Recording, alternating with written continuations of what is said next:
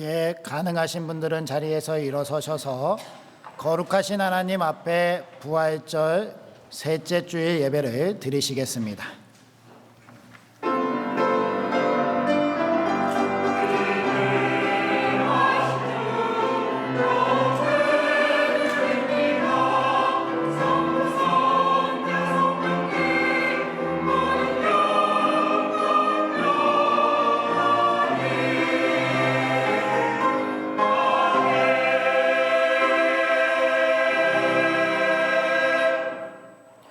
예수께서 이르시되 나는 부활이요 생명이니 나를 믿는 자는 죽어도 살겠고 무릇 살아서 나를 믿는 자는 영원히 죽지 아니하리니 이것을 내가 믿느냐. 하나님은 영이시니 예배하는 자는 영과 진리로 예배할지니라. 아멘. 택하신 백성을 긍휼히 여기시며 돌보시는 하나님, 고난과 역경이 많았던 한 주간을 지낼 때 크신 사랑과 능력으로 우리의 발걸음을 인도해 주신 은혜를 생각하며 감사드립니다. 힘겨운 현실 속에서도 소망을 잃지 않도록 우리를 격려하시며 눈물을 흘리며 씨 뿌리는 자는 기쁨으로 거두리라는 약속을 주시니 감사합니다. 만물이 약동하는 봄날 거룩한 주일 예배를 드리면서 저희도 믿음과 소망과 사랑의 씨앗을 심게 하여 주옵소서. 기쁨으로 단을 거두는 주님의 날을 소망하며 예배하게 하옵소서. 예수님의 이름으로 기원하옵나이다. 아멘.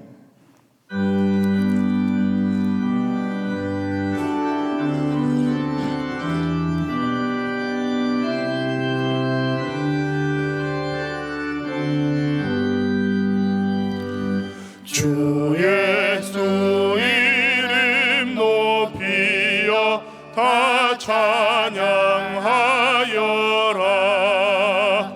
금멸유관을 들여서 만유의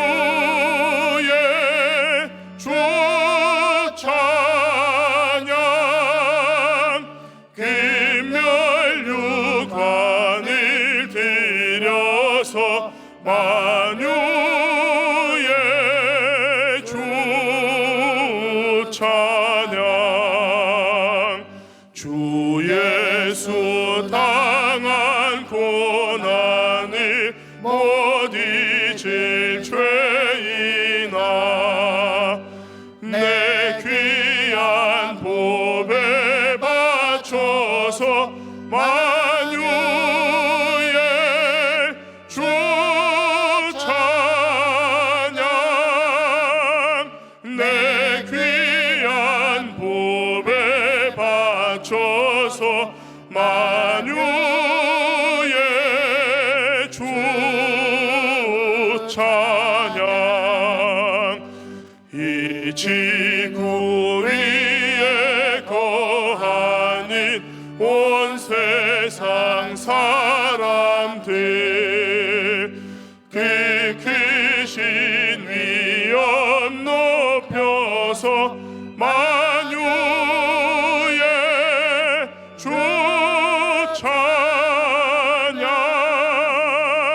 그 크신 위엄 높여서 만유의 주 찬양. 주 믿는 성도 다 함께 주 앞에 엎드려 무궁한 노래 불러서 만유의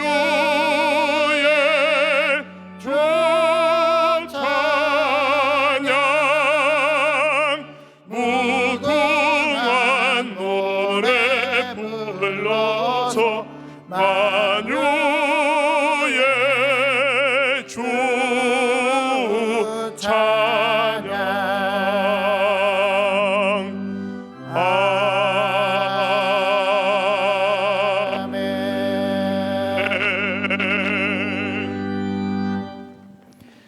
여호와께서 내 음성과 내 간구를 들으심으로 내가 그를 사랑하는도다.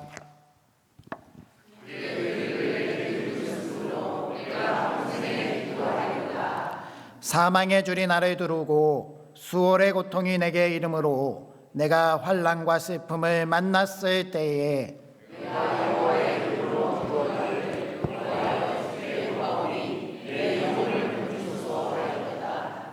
내게 주신 모든 은혜를 내가 여호와께 무엇으로 보답할까?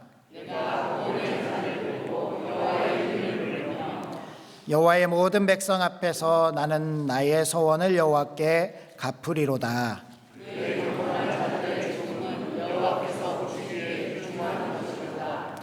여호와여, 나는 진실로 주의 종이요 주의 여종의 아들 곧 주의 종이라. 주께서 나의 결박을 푸셨나이다.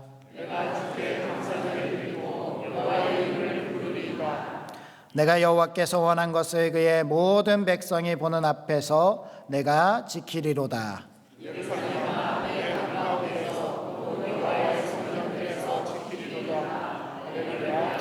아멘.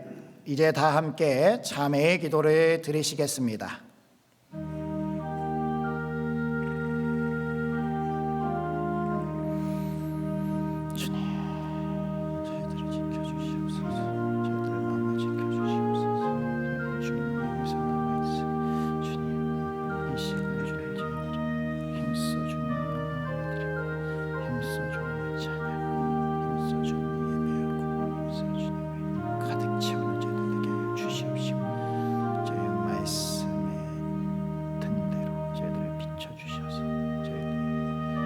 세상을 어둡고 힘든 이 길에 걸어가면서 능히 예수님과 함께 동행하고 감사함으로 살아갈 수 있는 저희들 되게 하여 주시옵시고 주님의 은혜와 사랑 속에서 살게 하여 주시옵소서.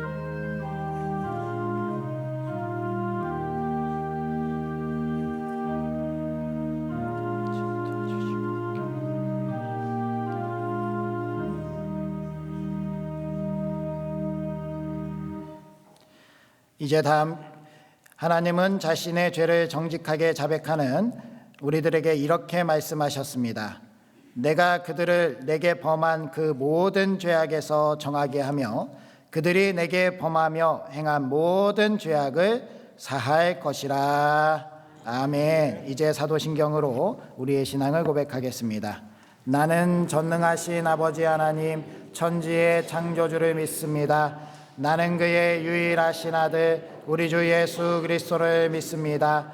그는 성령으로 잉태되어 동정녀 마리아에게서 나시고 본디오 빌라도에게 고난을 받아 십자가에 못 박혀 죽으시고 장사된 지 사흘 만에 죽은 자 가운데서 다시 살아나셨으며 하늘에 오르시어 전능하신 아버지 하나님 우편에 앉아 계시다가 거기로부터 살아있는 자와 죽은 자를 심판하러 오십니다.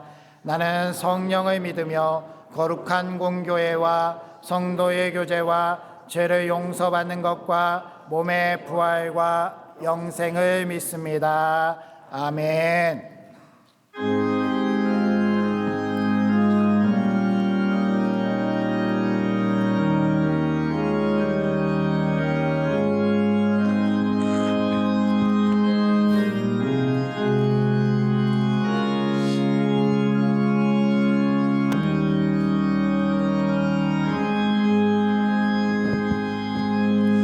어두운 내 눈 밝히사 진리를 보게 하소서.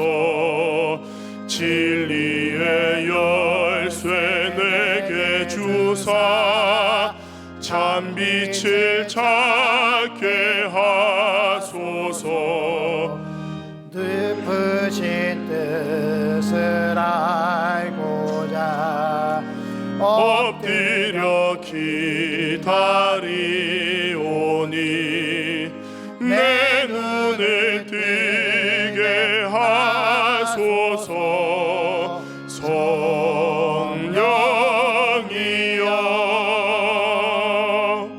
막혀진 내 귀여 지사 주님의 귀한 음성을 이 귀로 밝히 들을 때에 내 깊은 한량 없겠네.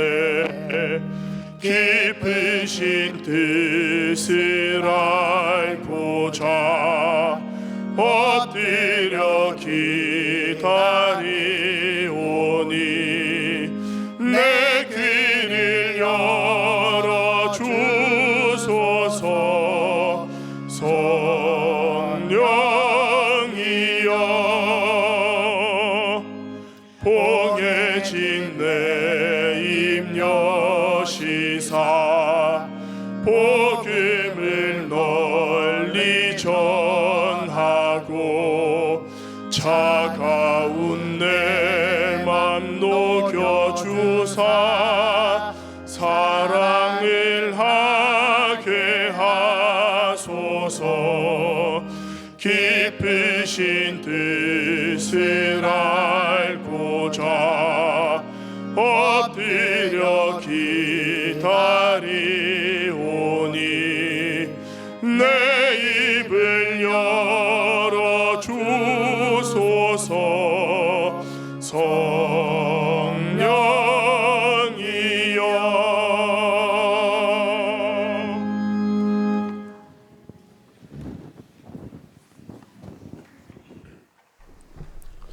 아론의 메마른 지팡이에 꽃이 피듯이 메마른 산천 초목에 때가 되매 아름다운 꽃을 피우며 세상을 아름답게 창조하신 하나님 아버지를 눈으로 보아 알게 하신 아버지께 찬양과 경배를 올려드립니다.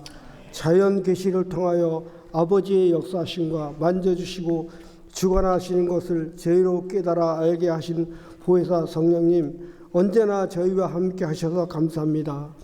매일의 살아감이 저희의 능력이 아닌 주님의 능력과 은혜가 아님을 알아 주님을 더욱 의지하게 하심에 감사드립니다.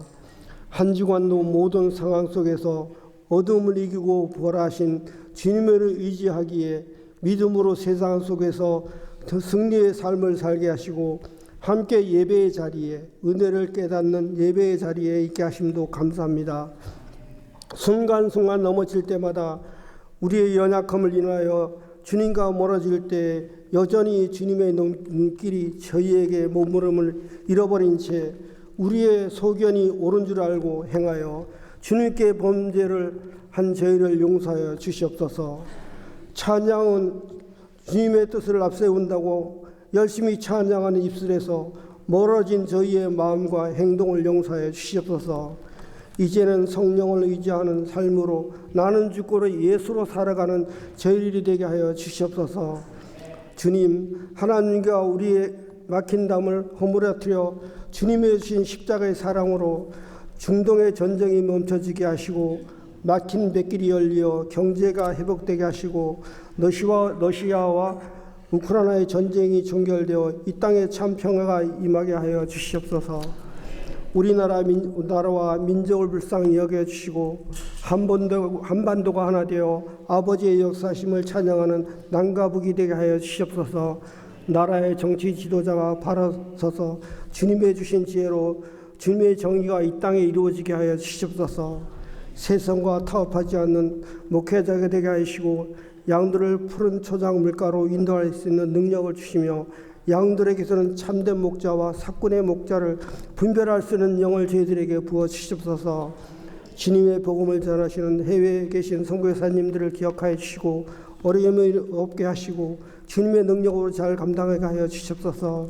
저희 공동체와 함께하는 단강섭 선교사님을 기억하사 기도하시는 직원들의 복음화를 통하여 지형이 넓어지게 하시기를 원하며 가족들과 목사님과 선교사님과 사모님, 선교사님을 양육간의 건강함이 있게 하여 주시옵소서. 믿음의 동역자인 우리 강신일의 집사님을 보내드리는 중에 있습니다. 유족들이 잠실의 이별에 슬퍼하는 주님 앞에 마음과 성도들의 마음을 위로하시고 소망 중에 만남을 기다리게 하여 주시옵소서. 129 기도를 통하여 교회가 더욱 든든히 서가게 하여 주시옵소서. 말씀을 듣겠습니다. 목사님을 통하여 말씀을 깨닫게 하시고 그 말씀이 저희를 변하게 하여 주시옵소서. 말씀을 전하시는 목사님을 강건케 하시고 성령님이 함께하여 주시옵소서. 찬양 내 찬양과 오늘의 예배가 주님 앞에 상당을 되기를 원합니다. 예배를 성길에 피곤치 않기를 원하며 언제나 우리의 동반자가 되시는 예수님의 이름으로 기도드립니다. 아멘.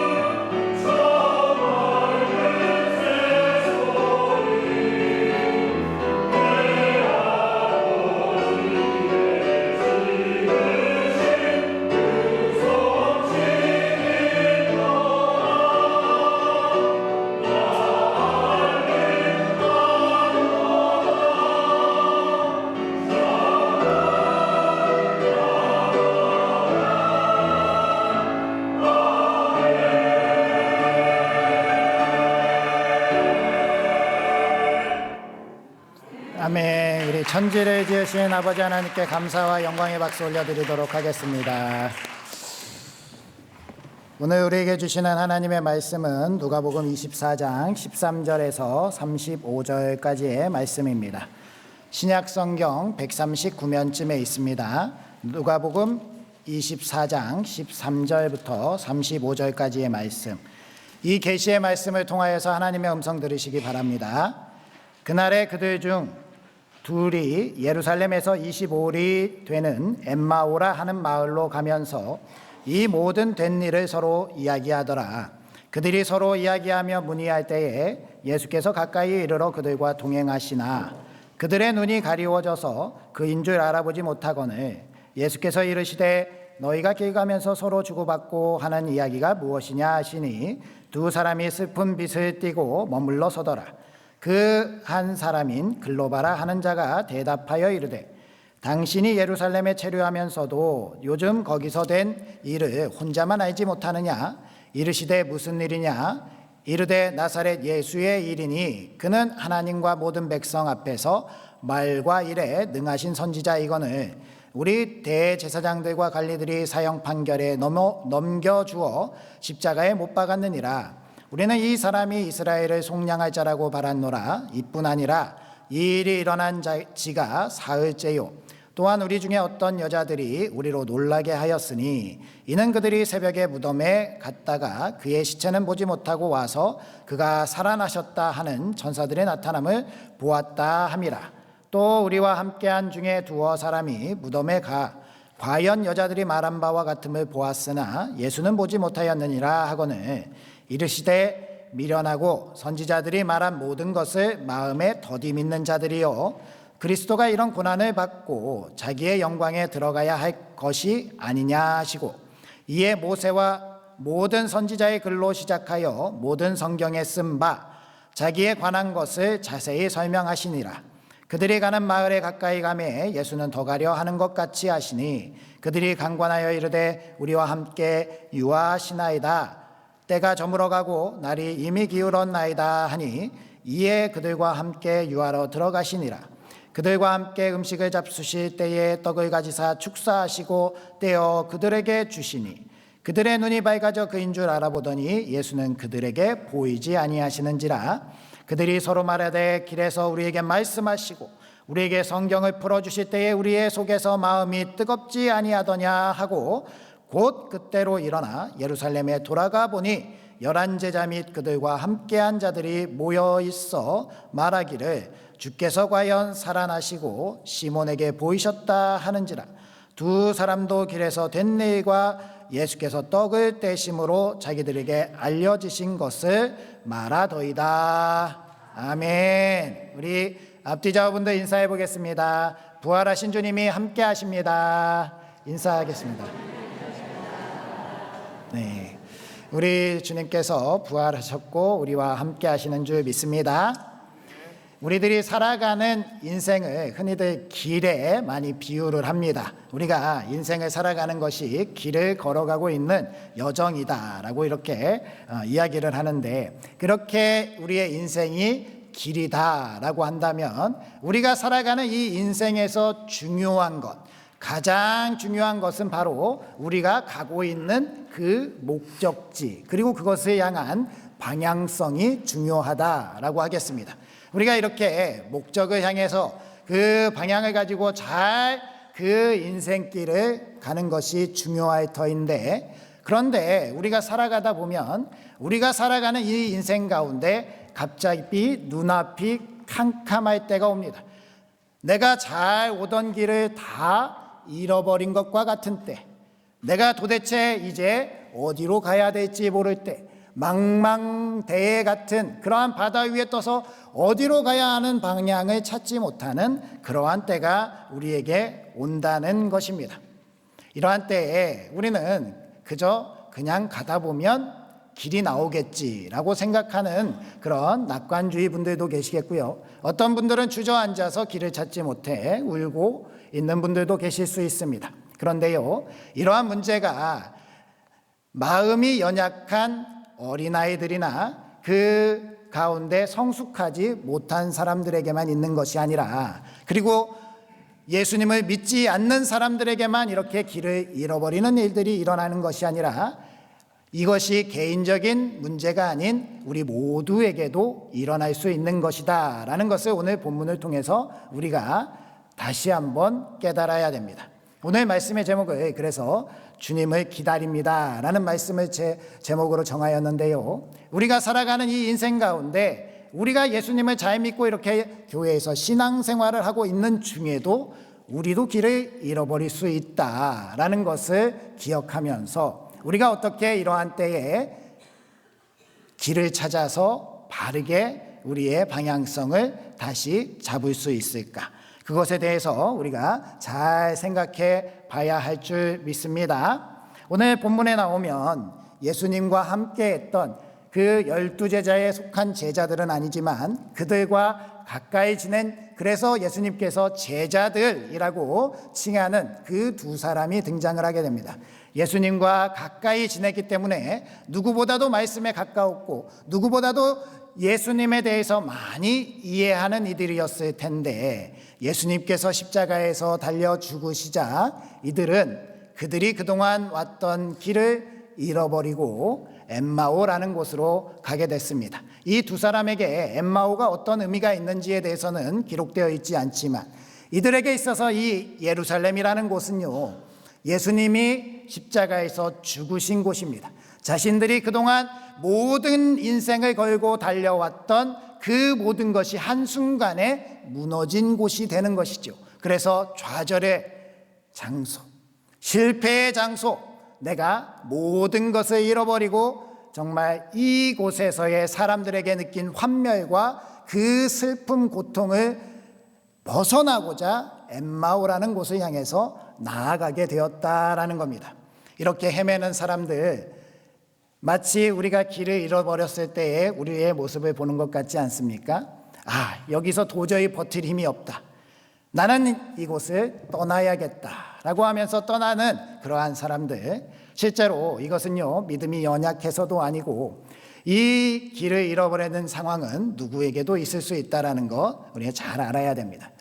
미국에서 최근에 한 통계가 나왔는데요, 목사님들이 미국에서 45세 이전에 목사직을 내려놓는 비율이 무려 33%나 된다고 합니다. 그러면 그 45세 이후에 목사의 직을 가지고 있는 사람들은 괜찮으냐? 그들 중에 42%는 당장이라도 그만두고 싶다라고 응답을 했다는 거예요. 그럼 그 일을 그만두면 어떻게 되느냐? 이 목사님들이 이 교회와 관련된 일을 하지 않기로 결단하고 떠나는 비율이 48%나 된다는 거예요. 왜 이렇게 길을 잃게 되었을까? 그들의 하나님께서 부르신 소명이 없어서 그런 것일까? 하나님을 잘 믿지 않아서 그럴까? 이 세상을 살아가다 보면 우리는 누구나 이렇게 혼란스러울 때가 있다라는 겁니다. 그랬을 때 우리는 어떻게 해야 되는가? 우리는 이 길 가운데 길이 보이지 않을 때 오늘 말씀이 우리의 그 인생 가운데 우리를 다시금 주님께로, 우리가 바른 길을 갈 수 있는 그러한 버팀목이 되길 주님의 이름으로 축복합니다. 윤동주 시인의 길이라는 시가 있습니다. 우리 윤동주 시인 잘 아시죠? 우리나라가 일제강점기 시기에 있을 때 이 시인은 나라를 잃어버린 그 슬픔 가운데 정말 고뇌하는 그러한 심정을 담아서 많은 시를 기록했습니다. 이 시들을 살펴보면요, 정말 그 시대를 살아가는 그 청년의 그 안타까운 마음이 잘 담겨 있습니다. 이 시에서는 잃어버린 것, 그것을 찾기 위해서 그래도 무던히 나아가고 있는 그 시인의 그 마음을 기록하고 있는데, 제가 한번 낭독해 드리도록 하겠습니다. 잃어버렸습니다. 무엇을 어디다 잃었는지 몰라 두 손이 주머니를 더듬어 길을 나아갑니다. 돌과 돌이 끝없이 연달아 길은 돌담을 끼고 갑니다. 담은 쇠문을 굳게 닫아 길 위에 긴 그림자를 들이우고, 길은 아침에서 저녁으로, 저녁에서 아침으로 통했습니다. 돌담을 더듬어 눈물 짓다 쳐다보면 하늘은 부끄럽게 푸르릅니다. 풀 한 폭이 없는 이 길을 걷는 것은 담 저쪽에 내가 남아있는 까닭이고, 내가 사는 것은 다만 잃은 것을 찾는 까닭입니다. 이러한 시인데요, 윤동주 시인은 나라를 잃어버린 그 심정 가운데 이 세상을 살아가고 있는 것 자체에 그러한 부끄러움, 그러한 마음 속에서도 이 잃어버린 것을 찾고 싶은 그 마음, 그 가운데 정말 이 높게 솟은 그 돌담과 굳게 닫혀있는 쇠문, 자신이 어찌할 수 없는 이 현실 속에서 그래도 묵묵히 그 잃어버린 것을 찾아가는 그 마음을 담고 있습니다. 오늘 우리가 이 인생이라는 길을 갈 때 이렇게 암담한 현실을 마주하고 이 길의 끝에 뭐가 있는지, 이 목적과 방향성을 잃어버린 상태로 나아가더라도 우리는 하나님께서 우리에게 주신 주 예수 그리스도, 그 주님을 부를 힘이 없는 그 상황 속에서도 주님을 향해서 나아가게 된다면 우리는 그 길을 잃어버리고 버리지 않고 그 주님을 향해서 나아가게 될 줄 믿습니다. 우리가 살아가는 인생, 왜 내게 이러한 질병이 있고 왜 내게 있어서 이렇게 사랑하는 사람을 먼저 데려가시고 내가 일평생 일구었던 그 모든 것들이 한순간에 무너지기도 하고 이렇게 아플 때, 슬플 때 주님은 과연 어디 계시는가? 이제 나는 어떻게 살아야 되는가? 이 질문에 오늘 말씀에 답이 있기를 소망하면서 우리가 주님을 기다리는 그 간절한 마음으로 주님을 향해서 나아갈 수 있는 우리 부천상동교회가 되어야 할 줄 믿습니다. 첫 번째, 길을 잃은 충격에 우리가 방황할 때가 주님을 기다릴 때라는 것을 우리가 기억해야 합니다. 나는 이제 주님도 잘 모르겠고 어떻게 해야 될지 모를 때에 그래도 그런 나 자신도 주님은 절대로 포기하지 아니하시고 우리를 찾아와 주시고 우리 가운데 위로하시는 주님이시다라는 것을 발견하게 된다는 것이죠. 우리 17절 말씀 같이 읽어보겠습니다. 시작. 예수께서 이르시되 너희가 길 가면서 서로 주고받고 하는 이야기가 무엇이냐 하시니 두 사람이 슬픈 빛을 띠고 머물러 서더라. 아멘. 엠마오로 가는 두 제자는 지금 큰 슬픔에 영적인 눈과 귀가 닫힌 상태였습니다. 그래서 주님께서 그들 사이에 오셔서 주님께서 이렇게 말을 걸고 계신데도 주님이신지 알아보지 못했습니다. 그들은 그 예루살렘이라는 그 슬픔의 곳을 떠나서 그것을 좀 더 잊어보려고 엠마오로 가는 길 중에 있었고 너무나 고통스러운 중에 있었기 때문입니다. 그들은 그렇게 무너져 내렸고 그들은 그렇게 그 있어야 될 자리를 버리고 박차고 일어나서 세상으로 나아갔지만 그 주님은 그러한 제자들을 찾아와 주시고 그들을 맞아 주시고 계시다라는 것을 우리가 보게 됩니다. 따라서 우리는 이러한 주님이 오늘날 우리들의 인생 가운데서도 동일하게 우리를 위로하시고 우리를 찾아주실 주님이다라는 그러한 사실을 믿어야 할 줄 믿습니다. 주님이 내가 어떠한 상황에 있든지 나는 길을 찾지 못하고 헤매고 있고 나는 답답하고 정작 이렇게 예배의 자리에 나와서 앉아는 있지만 내 속마음은 사람들 아무도 모르고 나는 괴로워 죽겠는데 이러한 현실 가운데 무슨 의미가 있나 싶은 그러한 상황 속에서도 우리 주님은 그러한 부족한 나의 모습을 보면서도 우리를 위로하시는 하나님, 우리 가운데 그 길을 다시 찾도록 우리의 슬픈 마음과 상처를 치유하시고 회복하시는 주님이 바로 우리 주님이신 줄 믿습니다. 나중에 이 제자들이 주님이심을 깨달았을 때 얼마나 기뻤겠습니까?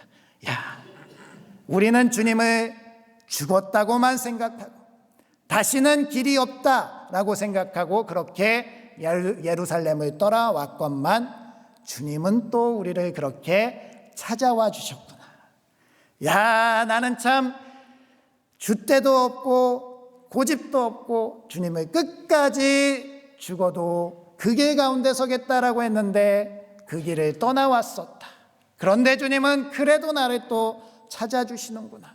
너무나도 고맙다라는 그런 마음을 갖지 않았겠습니까? 이러한 주님이 우리 가운데, 우리의 인생 가운데 우리가 길을 잃지 않도록 우리를 찾아와 주시고 위로해 주시고 우리와 함께 해 주시는 분이신 줄 믿습니다.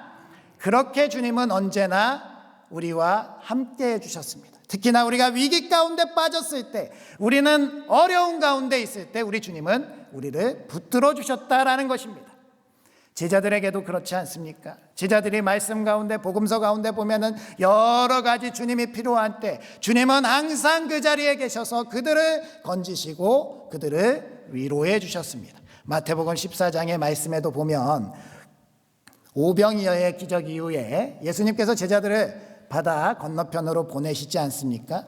그들은 바다 건너편으로 배를 타고 가는데 그 한밤중에 갑자기 폭풍이 일어납니다. 그 폭풍 가운데 그들은 살기 위해서 기진맥진하면서 폭풍과 싸우고 있었습니다. 도저히 어디로 가야 될지 몰랐고 이 길이 바른 길인지도 몰랐고 주님을 찾을 그 잠깐의 여유도 없었습니다. 어떻게든 살아보겠다고 아둥바둥하고 있는데 그러한 상황 중에 우리 주님이 기도를 마치시고 무리를 걸어오셨다라는 겁니다. 이 제자들이 혹여나 시리에 빠질까봐, 이 제자들이 길을 잃고 다 낭망에 빠질까봐, 좌절할까봐, 실망할까봐 우리 주님은 기적적으로 무리를 걸어서 그들에게 오셨다라는 것입니다. 그렇다면 우리 인생 중에도 주님께서 그렇게 오시지 않겠습니까? 오늘 제자들이 예수님을 못 알아봤다라는 것이 우리에게 있어서는 제자들이 어둔하고 무식했다라는 의미로 다가올 수 있지만요, 말씀에서 이렇게 이야기하는 이유는 우리의 인생 가운데 우리 주님이 다양한 모습으로 어떠한 모습으로든 우리에게 찾아와 주실 수 있다라는 말씀을 전하고 있는 겁니다. 내가 생각하는 그 모습으로만 주님이 오시는 것이 아니라 내가 힘들고 어려울 때 이웃의 옆에 있는 사람을 통해서 내게 위로를 전해주시기도 하고, 정말 내가 생각지도 않았는데 어린아이 같은 그 아이의 모습을 통해서 내게 위로를 전해주시기도 하고, 나는 정말 어떻게 살아야 될지 모를 때 길 가는 사람이 나에게 먹을 것 하나를 주어서 내가 다시 힘을 얻기도 하고, 그렇게 주님은 다양한 모습으로 우리 가운데 우리의 인생으로 찾아와 주셔서 우리를 내가 너를 절대로 포기하지 않는다, 내가 너를 잡아주겠다, 내가 너를 위로해 주겠다 라고 찾아와 주시는 분이시라는 겁니다. 그 주님이 오늘도 우리에게 이렇게 말씀하실 줄 믿습니다. 마태복음 14장 27절 말씀에 주님께서 무리를 걸어오셔서 그 주님을 귀신으로 생각하고 소리 지르는 제자들에게 이렇게 말씀하십니다. 다 같이 한번 읽어볼까요? 시작. 예수께서 즉시 이르시되 안심하라, 나니 두려워하지 말라. 이 음성을 우리의 위기 가운데서도 길 잃어버린 우리 애들에게도 주님께서 말씀하실 줄 믿습니다. 우리는 그러면 베드로처럼 주님께 부탁하면 되는 겁니다. 주님, 제가 갈 길을 잃었습니다. 주님이 거기 계시고 주님이 분명하시다면 여기는 길이 아니지만 내게 명하사 이 무리를 걸어 주님께로 가게 하옵소서. 이렇게 베드로가 이야기할 때요, 주님이 오라라고 초대하십니다. 베드로가 진짜 놀랍게도 무리를 걸어서 주님께로 가지 않습니까? 우리가 사방이 막혀 있어서 아무 구원의 길이 보이지 않을 때 우리 주님께서는 우리 가운데 찾아와 주셔서 우리가 알지 못하는 놀라운 구원의 길로 우리를 건져주실 줄 믿습니다. 그러니 의심하지 마시고 두려워하지 마시고 주님을 의지하시기 바랍니다. 베드로는 가다가 의심하지요. 바람을 보고 무서워했다라고 기록이 되어 있습니다. 그러니 그 빠져가는 베드로를 다시 주님이 손을 내밀어 붙잡아 주시면서 이렇게 말씀하시지 않습니까? 예수께서 즉시 손을 내밀어 그를 붙잡으시며 이르시되 믿음이 작은 자여 왜 의심하였느냐 하시고 배에 함께 오름에 바람이 그치는지라. 아멘. 사실 우리는 베드로보다 못할 수도 있습니다. 다른 제자들처럼 베드로는 무리를 걷게 해달라고 요청하는데 우리는 그것조차도 못할 수도 있어요. 그런데요, 우리 주님은 그래도 괜찮다는 거예요. 주님께서 우리 계신 곳으로 들어와 주시고 바람을 멈추어 주신다라는 이러한 말씀, 우리는 그 주님이 우리 모두를 사랑하시고 우리 가운데 함께 하신다. 그러니 이 주님을 끝까지 신뢰하고 주님을 의지하며 주님의 영광을 드러낼 수 있는 우리 모든 부천상동교회 되어야 할 줄 믿습니다. 그 가운데 우리도 주님의 모습으로 힘들어하고 아파하고 상처받은 이들을 향해서 나아가야 된다라는 겁니다. 조금 있다가 우리 교회의 소식 가운데 전해드려야 되지만 우리 교회 가운데 우리 성도님들이 아픔을 당한 가정들이 있습니다. 지난 금요일에는 방광석 선교사님이 오셔서 간증도 했습니다. 정말 이 세상을 살아가는 가운데 길을 잃은 것 같아서 그 인도네시아라는 그곳에서 급하게 한국으로 올 수밖에 없었던 그 선교사님, 너무나도 슬프고 너무나도 힘든 상황 속에서 이 한국이란 나라에서 다시 한번 힘을 얻고 은혜를 얻고 주님이 살아계심을 믿고 다시 한번 그렇게 살아내겠다 고백하시는 그 선교사님의 고백, 우리가 그렇게 힘이 되어주는 주님이 이 시대에 내가 함께하고 있다라는 증거로서 서 있을 수 있는 우리 부천상동교회인 줄 믿습니다. 내 사랑하는 사람들이 내 곁을 떠났을 때, 내 곁에 아직도 하나님이 사랑하는 사람들을 남겨주시며 또 그들을 통해서 하나님이 함께하고 계시다라는 것을 나타내 주신다면, 그것으로 말미암아 다시 한번 살아낼 힘과 용기를 얻을 수 있다면 우리는 그 일을 위해서 쓰임받을 수 있는 교회, 그렇게 사랑과 위로를 전할 수 있는 우리 부천상동교회 되시기를 주님의 이름으로 축복합니다. 두 번째, 주님은 지금도 말씀으로 우리 가까이 계십니다. 26절 27절 말씀 읽어보겠습니다. 시작. 그리스도가 이런 고난을 받고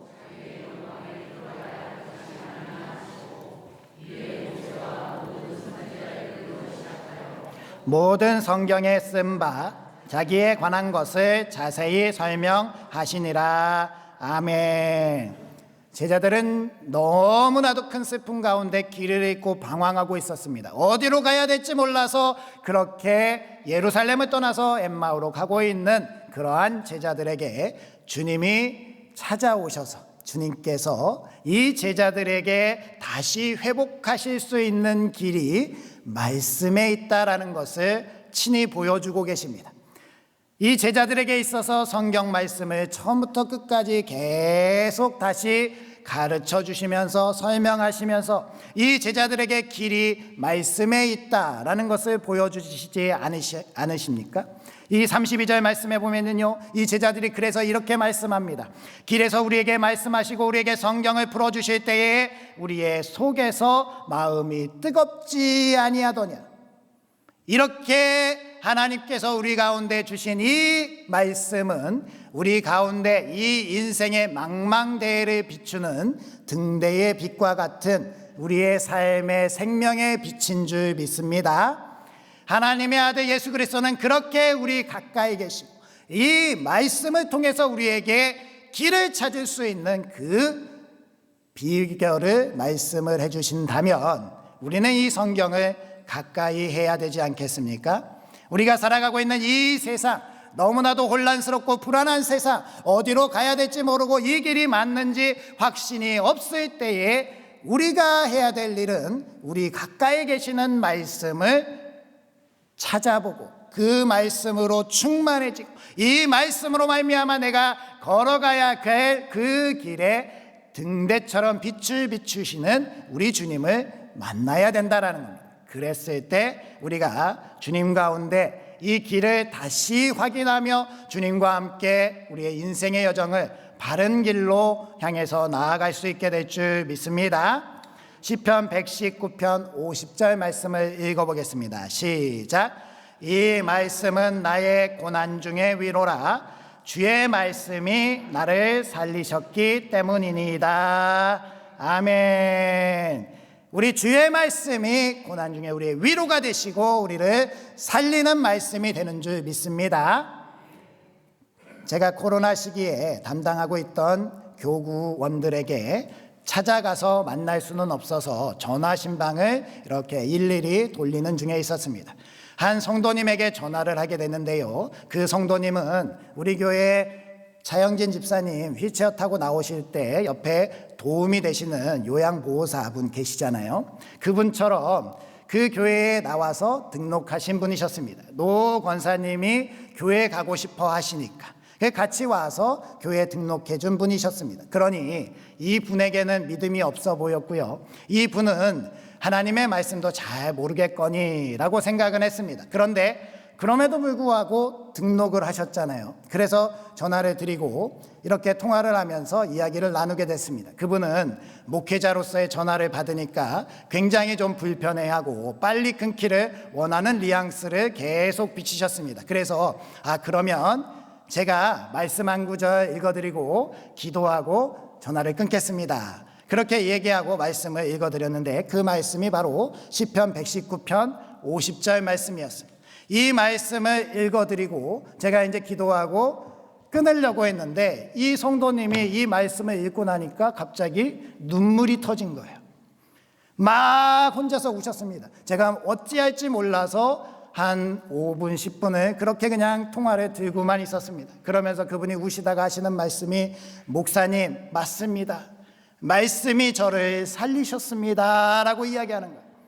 왜 이 말씀이 그렇게 살리게 되었느냐, 이분이 요양보호사에 일을 하다가 이 노 권사님을 만나게 된 거예요. 참으로 믿음이 신실하신 노 권사님, 연로하셔서 교회를 두 발로 갈 수 없이 휠체어를 타셔야 하지만 그럼에도 불구하고 생명이 붙어있는 한은 하나님께 예배하고 싶어 하시는 이 권사님 자신이 요양보호사로 정말 많은 시간에 많은 어르신들을 모셨지만 이렇게 정말 참 예수님을 믿는 사람은 처음이었다라고 고백을 하시는 거예요. 그래서 그 믿음에 감동돼서 자신도 등록하기는 했지만 그 자신이 예수님을 믿고 있다라는 사실에 대해서는 부인하고 있었다라고 했습니다. 그런데 코로나가 심해지고요, 이분이 더 연로해지고 거동할 수 없게 되어서 요양병원에 자녀들이 보내게 되었습니다. 그래서 이 요양사분과 헤어지게 됐는데 이 노 권사님이 일평생 보시던 성경 말씀을 그 요양사 분에게 주시더라는 거예요. 자녀들에게 준 게 아니고 요양사 분에 주면서 내 믿음을 당신께 이어드립니다 라고 하면서 주셨다는 거예요. 너무나 부담스럽고 너무나도 이게 받아야 되는지 그랬다는 거예요. 그런데 이 성경 말씀을 듣고 그 노 권사님의 일평생 읽으신 성경에 손때 묻은 성경들을 이렇게 막 읽으면서 그 자신의 단단하게 굳어있던 심령이 깨어나가기 시작했다는 거예요. 초등학교 때 간식 때문에 잠깐 나갔던 그 예배의 현장, 그곳에서 주님이 나를 만나주셨구나. 그 이후에 예수님을 한참 30-40년 넘게 믿지 않고 예배도 드리지 않고 있었는데 그 인생의 굴곡들이 생각나게 하시면서 이때마다 다 주님이 나를 지켜주셨구나. 이 말씀을 보니 하나님의 은혜가 내게 있었구나 라는 사실에 너무나도 큰 감동을 받아서 안 그래도 이 말씀 때문에 내가 살았구나 라는 고백을 했는데 목사님의 전화를 받고 이것을 직접 말씀하시는 음성을 들으니 하나님 살아계십니다 라고 고백을 했다라는 거예요. 이러한 하나님의 살아 역사하시는 말씀이 우리에게 주신 하나님의 성경, 이 말씀인 줄 믿습니다. 이뿐만이 아니라 우리의 인생의 다양한 문제들의 해법은 다 주 예수 그리스도 속에 있고 이 예수님께서 기록된 이 말씀이 우리의 삶을 비춰주실 줄 믿습니다. 그러니 우리는 성경 말씀을 가까이 하고 읽으며 하나님의 은혜로 나아가는 지혜로운 그러한 제자들이 되어야 할 줄 믿습니다. 마지막으로 우리 주님께서는 주님과 함께 사모하면 그곳이 어디든 주님은 예배를 통해서 회복시켜 주신다라는 사실을 깨닫게 하십니다. 우리 28절 29절 말씀 읽어보겠습니다. 시작. 그들이 가는 마을에 가까이 가매 예수는 더 가려는 것 같이 하시니 그들이 강권하여 이르되 우리와 함께 유하사이다. 때가 저물어 가고 날이 이미 기울었나이다 하니 이에 그들과 함께 유하러 들어가시니라. 아멘. 엠마오로 향해서 가던 제자들이 목적지에 이르렀다라고 기록이 되어 있습니다. 엠마오라는 곳 자체가 너무 멀지 않은 곳이었습니다. 이 제자들은 사람들의 눈을 피해서 어둑어둑할 때부터 출발을 해서 곧 엠마오에 당도하게 됐고요.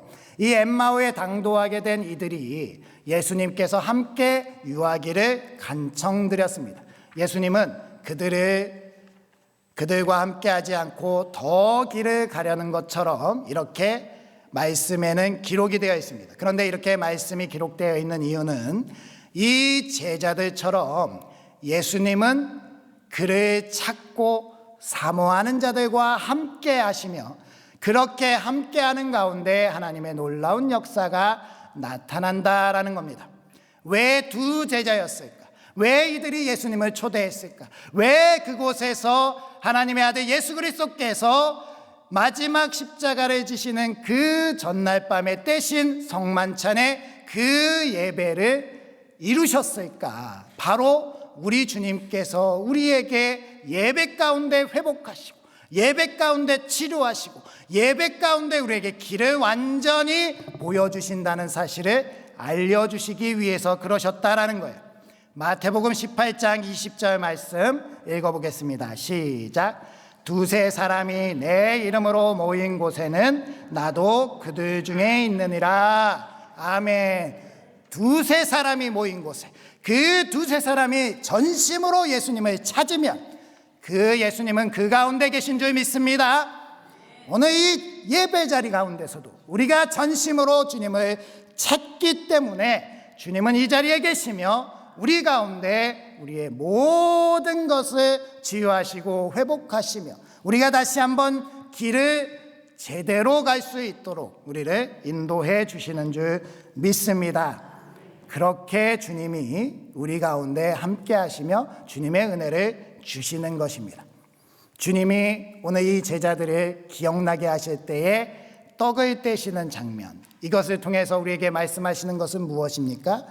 생명의 떡이신 예수님, 그 가운데 이제 주님은 눈으로 보이지 않지만 생명의 떡을 떼는 그 순간부터 이제 그 말씀이 그 제자들에게 주어진 이후에 예수님은 부활하신 예수님으로 그들 가운데 살아 역사하신다는 그 믿음 가운데 서 계심을 그 제자들은 믿었습니다. 그래서 11제자들에게 돌아가서 예루살렘에 가서 다시 한번 용기 있게 주님의 제자들을 서게 하지 않았습니까?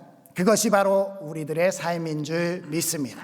주님이 예배 가운데 우리를 만나주시고 생명의 말씀이신 우리 주님께서 우리의 영의 양식을 공급하시며 그것을 먹고 나누는 우리들에게 주님을 다시 한번 회복하고 주님의 충만한 은혜로 이 세상을 살아갈 수 있게 된다라는 것입니다.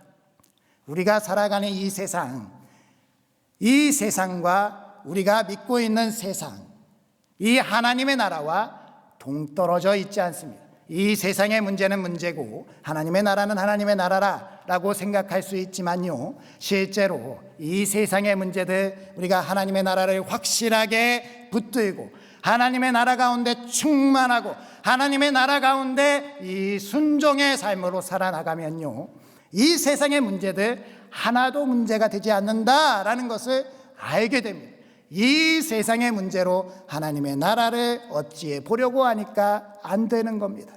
하나님의 나라 가운데 임하는 우리들, 하나님의 아들 예수 그리스도를 예배 가운데 충만하게 채우는 우리들, 그 가운데 세상에 설 때 세상의 어떠한 악의 무리들도 우리를 대적하지 못하는 그러한 강한 그리스도의 군사들이 우리 부천상동교회가 되어야 할 줄 믿습니다. 그러니 우리는 예배마다 우리의 전심을 다해서 우리의 마음과 몸과 우리의 힘을 다해서 예배해야 되는 것입니다. 요한복음 4장 23절 24절 말씀 읽어보겠습니다. 시작. 아버지께서 참되게 예배하는 자들은 영과 진리로 예배할 때가 오나니 곧 이때라. 아버지께서는 자기에게 이렇게 예배하는 자들을 찾으시느니라. 하나님은 영이시니 예배하는 자가 영과 진리로 예배할지니라. 아멘. 세상에 어떠한 일이 있더라도, 세상의 환난과 기근과 재난과 여러 가지 문제들이 우리의 눈앞을 가리더라도, 내게 있는 문제가 주님을 찾지 못하는 그러한 상황 중에 있을지라도 우리가 그래도 우리의 모든 문제 해결이 주님께 있다라고 그렇게 그 믿음을 잃지 않고 주님을 기다리며 예배한다면 우리 주님은 우리 가운데 반드시 찾아와 주셔서 우리에게 힘과 능력을 주시고 우리가 그 문제 가운데 전혀 어려움이 없도록 우리를 이끌어 주실 줄 믿습니다. 그것이 우리의 신앙이어야 되고 우리의 믿음의 길인 줄 믿습니다. 그렇게 주님을 의지함으로, 주님을 기다림으로 주님과 함께 승리하시는 우리 부천상동교회 되시기를 주님의 이름으로 축복합니다. 기도하겠습니다. 언제나 우리를 사랑으로 인도해 주시는 하나님 감사드립니다. 우리는 언제나 주님을 기다립니다. 하늘 문을 여시고 우리 가운데 임하셔서 우리들의 삶의 자리에서 방황하지 않도록 우리를 붙들어 주시옵소서. 우리들이 길을 잃고 힘들어할 때 찾아와 위로해 주시고 우리들이 길을 찾지 못할 때 말씀으로 길을 비춰주시며 그 길을 가게 하여 주시옵소서. 예배 중에 우리를 온전하게 살아나게 하시는 주님, 주님의 능력으로 우리들이 사망과 죄를 이기고 생명의 승리의 길로 나아가게 하여 주시옵소서. 예수님의 이름으로 기도드립니다. 아멘. 이제 가능하신 분들은 자리에서 일어서셔서 우리 결단의 찬양 하도록 하겠습니다.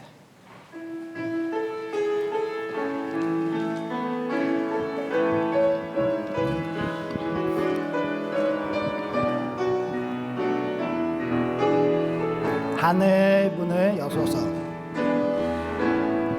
하늘의 문을 여소서. 이곳에 주목하소서. 주를 향한 노래가 꺼지지 않으니 하늘을 열고 오소서. 이곳에 임재하소서. 주님을 기다립니다. 기도의 향기가 하늘에 닿으니 주여 임재하여 주소서. 이곳 오셔서 이곳에 앉으소서. 이곳에서 드리는 예배를 받으소서. 주님의 이름만이 오직 주의 이름만 이곳에 있습니다. 이곳에 오셔서 이곳에 앉으소서. 이곳에서 드리는 예배를 받으소서. 주님의 이름만이 오직 주의 이름만 이곳에 있습니다. 우리 이 시간 침묵으로 주님, 저희들을 찾아와 주시니 감사드립니다. 이 세상에 작은 돌멩이 하나로도 흔들리는 저희들입니다. 연약한 가운데 길을 잃고 방황하지 않도록 주님을 기다리게 하여 주시옵시고, 저희들 그렇게 주님을 기다릴 때에 주님은 찾아와 주시고 말씀의 빛을 비춰주시며 예배 가운데 우리를 살아나게 하시며 이 세상에서 다시 한번 주님을 의지하며 설 수 있게 하여 주시옵소서라고. 그리고 이 시간 방황하고 힘들어하는 이들이 있다면 주님께서 그들에게도 찾아가 주시옵소서라고. 우리 잠시 기도하겠습니다. 아버지, 주님 저희들을 인도해 주시고 이끌어 주심에 감사드립니다. 주님 저희들을 사랑하시고 아껴주셔서 주님께서 저희들을 세워주시고 저희들을 이끌어 주신 줄 믿사 하늘의 문을 열고 이곳에 임재하여 주시어서 주님의 충만한 사랑으로 서게 하여 주시옵소서. 주님, 저희들은 주님 없이는 살아갈 수 없습니다. 이 세상에 되어지는 일들로 방황하지 않게 하여 주시옵소서. 결단코 주님을 떠나지 않게 하여 주시옵소서. 다시 예루살렘으로 돌아가게 하시고 다시 주님을 회복하며 주님 안에서 승리할 수 있게 하여 주시옵소서. 주님이 저희를 도와주시고 인도해 주시는 줄 믿습니다.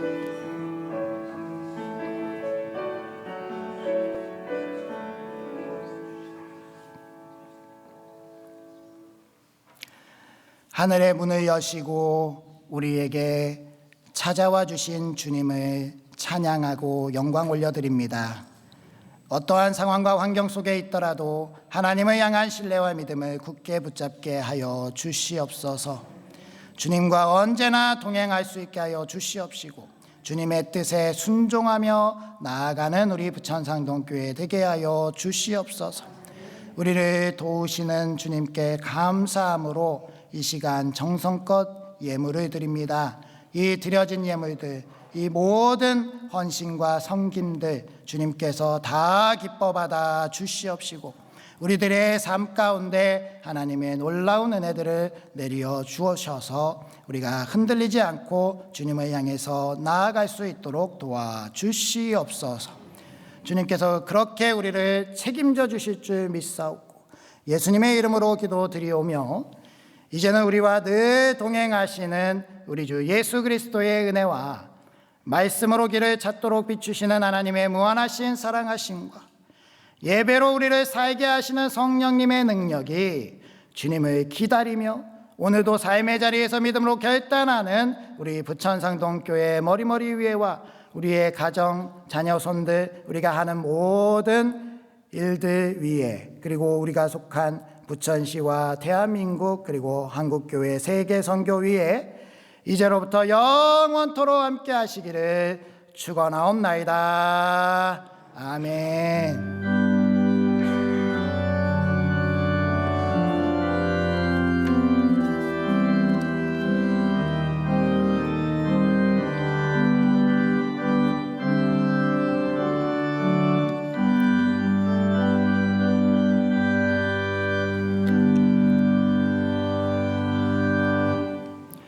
교회 소식 전해드리겠습니다.